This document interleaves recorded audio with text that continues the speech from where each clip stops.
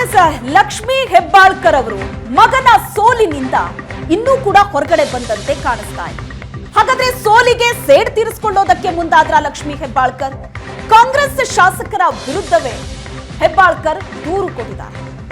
ಮಗನ ಸೋಲಿಗೆ ಕಾರಣ ಏನು, ಕಾರಣರಾದವರು ಯಾರು, ಇದರ ಬಗ್ಗೆ ವರದಿ ಕೊಟ್ಟಿದ್ದಾರೆ ಹೈಕಮಾಂಡ್. ಈ ಮೂಲಕ ಕಾಂಗ್ರೆಸ್ ಶಾಸಕರ ವಿರುದ್ಧವೇ ಮುಗಿಬಿದ್ದಿದ್ದಾರೆ. ಬೆಳಗಾವಿ ಲೋಕಸಭೆ ಕಾಂಗ್ರೆಸ್ನ ಅಭ್ಯರ್ಥಿಯಾಗಿದ್ರು ಲಕ್ಷ್ಮೀ ಹೆಬ್ಬಾಳ್ಕರ್ ಅವರ ಮಗ ಮೃಣಾಲ್ ಹೆಬ್ಬಾಳ್ಕರ್. ಮಗನ ಸೋಲಿಗೆ ಕಾರಣರಾದವರ ಹೆಸರನ್ನ ಹೈಕಮಾಂಡ್ ಗಮನಕ್ಕೆ ತಂದಿದ್ದಾರೆ. ಬೆಂಗಳೂರು ಲೋಕಸಭೆ ಕ್ಷೇತ್ರದ ಅಭ್ಯರ್ಥಿಯಾಗಿದ್ರು. ಶತಾಯ ಮಗನನ್ನ ಗೆಲ್ಲಿಸಿಕೊಂಡು ಬರ್ತೀನಿ ಅಂತ ಪಣ ತೊಟ್ಟಿದ್ರು. ಬೆಳಗಾವಿ ಭಾಗದ ಪ್ರಭಾವಿ ರಾಜಕಾರಣಿ ಲಕ್ಷ್ಮೀ ಹೆಬ್ಬಾಳ್ಕರ್ ಮಗನ ಸೋಲು ಅವರನ್ನ ಕಂಗಾಲಾಗಿಸಿದೆ. ತನ್ನ ಕ್ಷೇತ್ರದಲ್ಲೂ ಕೂಡ ಹಿನ್ನಡೆ ಆಗಿದೆ, ಅದರ ಬಗ್ಗೆ ಕೂಡ ವರದಿ ಕೊಟ್ಟಿದ್ದಾರೆ. ಯಾಕೆ ಹಿನ್ನಡೆ ಆಯ್ತು ಅಂತ. ಮಗನ ಸೋಲಿನಿಂದ ಇನ್ನೂ ಕೂಡ ಹೊರಗಡೆ ಬಂದಿಲ್ಲ.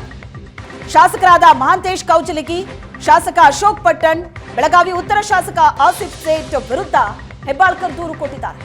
ಕಾಂಗ್ರೆಸ್ ಶಾಸಕರೇ ಇದ್ರೂ ಕೂಡ ಲೋಕಸಭಾ ಕ್ಷೇತ್ರದ ವ್ಯಾಪ್ತಿಯಲ್ಲಿ ನಮಗ್ ಲೀಡ್ ಬಂದಿಲ್ಲ ಅಂದ್ರೆ ಮಗನ ಪರ, ಬೆಳಗಾವಿ ಲೋಕಸಭಾ ಅಭ್ಯರ್ಥಿಯ ಪರ ಕಾಂಗ್ರೆಸ್ಸಿನ ಶಾಸಕರೇ ಕೆಲಸ ಮಾಡಿಲ್ಲ.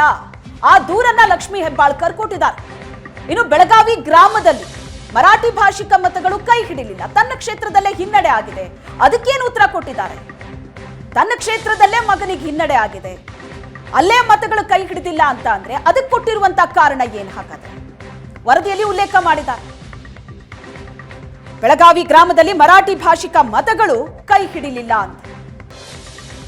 ಗ್ರಾಮಾಂತರ ಕ್ಷೇತ್ರದಲ್ಲೂ ಕೂಡ ಮಗನ ಕೈ ಹಿಡಿಲಿಲ್ಲ ಅಲ್ಲಿನ ಮತದಾರರು. ಅದ್ರ ಬಗ್ಗೆ ಏನ್ ಹೇಳ್ತಾರೆ ಲಕ್ಷ್ಮೀ ಹೆಬ್ಬಾಳ್ಕರ್ ಅಂದ್ರೆ ಅದಕ್ಕೂ ಕೂಡ ಕಾರಣವನ್ನ ಕೊಟ್ಟಿದ್ದಾರೆ. ಈಗ ಲಕ್ಷ್ಮೀ ಹೆಬ್ಬಾಳ್ಕರ್ ಅವರ ಈ ನಡೆ ಇದೆಯಲ್ಲ, ಬೆಳಗಾವಿ ಕಾಂಗ್ರೆಸ್ ನಲ್ಲಿ ಮತ್ತೆ ಹಾಗಾದ್ರೆ ಗೊಂದಲ ಸ್ಫೋಟಗೊಳ್ಳುತ್ತಾ? ಒಂದಷ್ಟು ಶಾಸಕರ ಹೆಸರನ್ನು ಕೂಡ ಮೆನ್ಷನ್ ಮಾಡಿದ್ದಾರೆ. ಯಾಕೆ ಸೋಲಾಯ್ತು, ಏನಾಯ್ತು ಅನ್ನೋದ್ರ ಬಗ್ಗೆ. ಈಗ ಈ ವಿಚಾರವಾಗಿ ಹೈಕಮಾಂಡ್ ಏನ್ ತೀರ್ಮಾನವನ್ನ ತೆಗೆದುಕೊಳ್ಳುತ್ತೆ?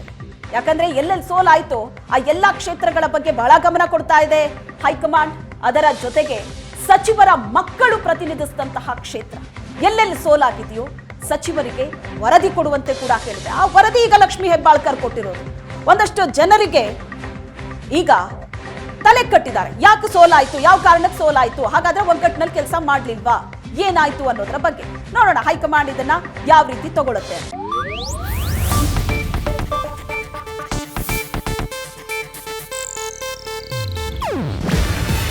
ಇದು ಏಷ್ಯಾನೆಟ್ ನ್ಯೂಸ್ ನೆಟ್ವರ್ಕ್ ಪ್ರಸ್ತುತಿ. ನೀವು ನೋಡ್ತಿದ್ದೀರಾ ಏಷ್ಯಾನೆಟ್ ಸುವರ್ಣ ನ್ಯೂಸ್.